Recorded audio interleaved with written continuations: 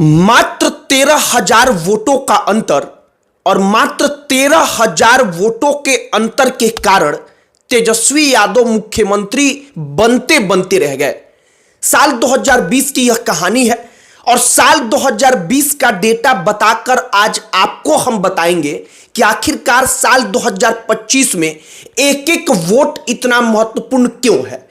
कैसे मात्र 12 से 13,000 वोट अगर तेजस्वी यादव को कुछ चुनिंदा सीटों पर ज्यादा मिल गया होता तो तेजस्वी यादव एनडीए की जगह पर अपनी महागठबंधन की सरकार बना पाते और वो मुख्यमंत्री बन पाते। राष्ट्रीय जनता दल सबसे बड़ी पार्टी बन गई, लेकिन तेजस्वी यादव कहां पर मुख्यमंत्री बनने से चूक गए। हमने सोचा कि जरा वो कहानी बताई जाए, क्योंकि इस वक्त पर इसी बात की सबसे ज्यादा चर्चा चल रही है कि तेजस्वी यादव उसी 12-13 हजार वोटों के अंतर को पाटने का पूरा प्रयास कर रहे हैं। और सबसे महत्वपूर्ण बात कि चिराग पासवान तेजस्वी यादव के लिए विलन बन जाएंगे या फिर हीरो बन जाएंगे। हमने सोचा कि कैसे इन तमाम चीजों पर जरा चर्चा किया जाए, बातचीत किया जाए, आपको बताया जाए कि एनडीए और महागठबंधन में साल 2020 में वोटों के प्रतिशत में मात्र कितना अंतर था। आगे सब कुछ आपको बताएंगे, लेकिन आगे बातचीत करने से पहले हमारा नमस्कार स्वीकार करिए। हमारा नाम मोहित कुमार सिंह है। सबसे पहले 2020 में किसको कितना वोट मिला था आप जरा वो जान लीजिए। जो भारतीय जनता पार्टी और जनता दल यूनाइटेड का गठबंधन था एनडीए, उसको कुल मिलाकर 1,57,12,26 वोट मिला था। यह पूरे के पूरे बिहार का डेटा है। महागठबंधन को इसकी तुलना में 1,56,88,458 वोट मिला था, मतलब कि 13,000 लगभग वोट कम। और मात्र यही 13,000 वोट जो है वो तेजस्वी यादव को मुख्यमंत्री बनने से रोक देता है। यह साल 2020 का डेटा है। जो आरजेडी का महागठबंधन था उसको कुल मिलाकर 37.23% वोट मिला था। पूरे के पूरे बिहार के 100% वोटों में से 37.23% एनडीए को मिला था। 37.26%, मतलब कि अगर आप अंतर देखेंगे तो यह अंतर 0.3% का है, मतलब कि 1% का भी अंतर है नहीं। और मात्र 0.03% वोटों का अंतर तेजस्वी यादव को विपक्ष में बिठा देता है और एनडीए भारतीय जनता पार्टी सत्ता में बैठ जाती है। हालांकि यहां पर कुछ चीजें समझनी जरूरी हैं। मसलन लोगों को लगता है, जब तेजस्वी यादव और राष्ट्रीय जनता दल के लोग ये बताते हैं कि मात्र 13-14 हजार वोट अगर हम और अधिक पा जाते तो हमारी सरकार बन जाती, तो यह समझना जरूरी है कि वो 13-14 हजार वोट यूं कहने के लिए आसान है, लेकिन उसका इंपैक्ट ऐसे नहीं पड़ता जैसे हम लोग सोचते हैं। अब मान लीजिए किसी एक ही सीट पर राष्ट्रीय जनता दल अगर 14,000 और ज्यादा मतों के अंतर से चुनाव जीत गई होती तो ये 14,000 का अंतर भी नहीं होता, लेकिन मात्र एक सीट ज्यादा जीत लेने से राष्ट्रीय जनता दल सरकार तो बना नहीं लेती, लेकिन ये 14,000 का अंतर मिट जाता। तो ये समझना जरूरी है कि ये जो आंकड़ा है वो बड़ा पेचीदा होता है। ये देखने में आसान लगता है, लेकिन असल तौर पर इसको जब नतीजों में तब्दील किया जाता है तो ये बड़ा मुश्किल बन जाता है। लेकिन हां, वोट हासिल करने के मामले में महागठबंधन का वोट शेयर साल 2020 में बढ़ा था, यह बात सच है। राष्ट्रीय जनता दल का वोट प्रतिशत बेहद शानदार तरीके से बढ़ा था और यह सब कुछ तेजस्वी यादव के चेहरे के कारण हुआ। अब साल 2025 पर आइए। जो चिराग पासवान एक ऐसा चेहरा है जो वाकई में या तो तेजस्वी यादव के लिए हीरो बन सकता है या सबसे बड़ा विलन बन सकता है। साल 2020 के डेटा को लेकर आमतौर पर कहा जाता है कि चिराग पासवान का करिश्मा था कि तेजस्वी यादव की राष्ट्रीय जनता दल उतनी सीट जीत गई।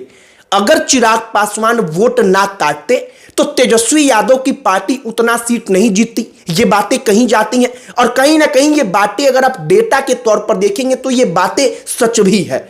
और इसीलिए हमने आपको कहा कि अगर साल 2025 में चिराग पासवान एनडीए के साथ एकजुट रह गए, वो अंदर खाने भी कोई खेल नहीं करते हैं, वो एकदम ईमानदारी से चुनाव लड़ जाते हैं, तो तेजस्वी यादव के लिए वो विलेन बन जाएंगे। लेकिन अगर चिराग पासवान साल 2020 के जैसा खुलकर ना सही, अंदर खाने ही सही, जेडीयू को ही नुकसान पहुंचाने के लिए अगर कोई खेल करते हैं तो वो तेजस्वी यादव के लिए हीरो भी बन सकते हैं।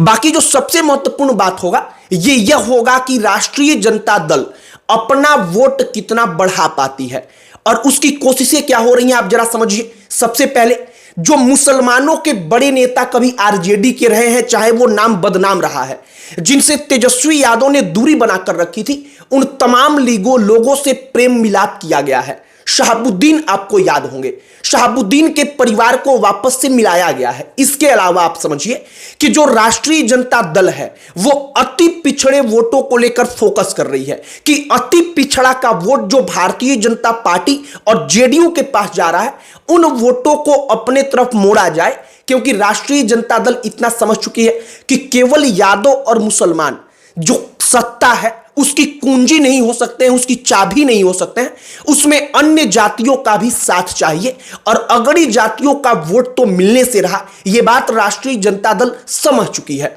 हालांकि कांग्रेस के सहारे अगड़ी जातियों का वोट हासिल किया जाए, महागठबंधन की तरफ उनको लाया जाए, इसकी कोशिशें जरूर जारी हैं। बाकी हमने साल 2020 के डेटा को लेकर, जिसको बार बार कहा जा रहा था कि मात्र 13 से 14 हजार का अंतर हो गया, वरना तेजस्वी यादव तो मुख्यमंत्री बन जाते, हमने सोचा कि जरा उस डेटा के बारे में आपको बताया जाए और यह समझाने का प्रयास किया जाए कि 13-14 हजार वोट अगर तेजस्वी यादव ला भी लेते, फिर भी वो सीएम बन जाते, जो महागठबंधन है वो बहुमत में आ जाती। ये बड़ा मुश्किल था। ये कह पाना आसान लगता है लेकिन है उतना ही मुश्किल। हमने आपको समझाया कि कैसे। मान लीजिए कि किसी एक ही सीट पर राष्ट्रीय जनता दल का कोई उम्मीदवार 15,000 वोटों के ज्यादा के अंतर से चुनाव जीत जाता तो सारा का सारा डेटा बदल जाता। केवल एक सीट और अगर ज्यादा बढ़ जाता तो सारा का सारा डेटा उल्टा हो जाता। राष्ट्रीय जनता दल महागठबंधन एनडीए से ज्यादा वोट हासिल कर लेती, लेकिन फिर भी एक सीट ज्यादा जीत जाने से क्या वो सत्ता में आ जाते, बहुमत उनको मिल जाती? ये नामुमकिन था।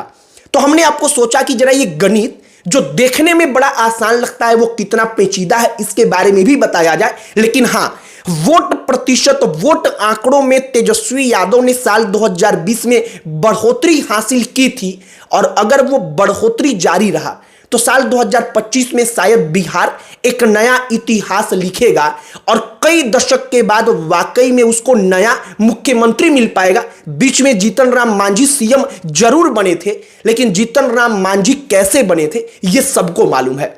बाकी हमने आपको सारा का सारा गुना गणित बताया, सब कुछ आपको समझाया। आपकी इस पर क्या प्रतिक्रिया है कमेंट बॉक्स में लिखकर बताइएगा। इस वीडियो को यहीं पर समाप्त करते हैं। अंत में हमारा परिचय, हमारा नाम मोहित कुमार सिंह है। अन्य कोई टॉपिक जिस पर आप चाहते हो कि हम वीडियो बनाएं उसे भी कमेंट बॉक्स में लिखकर बताइएगा। वीडियो यहीं पर समाप्त करते हैं। बहुत बहुत धन्यवाद।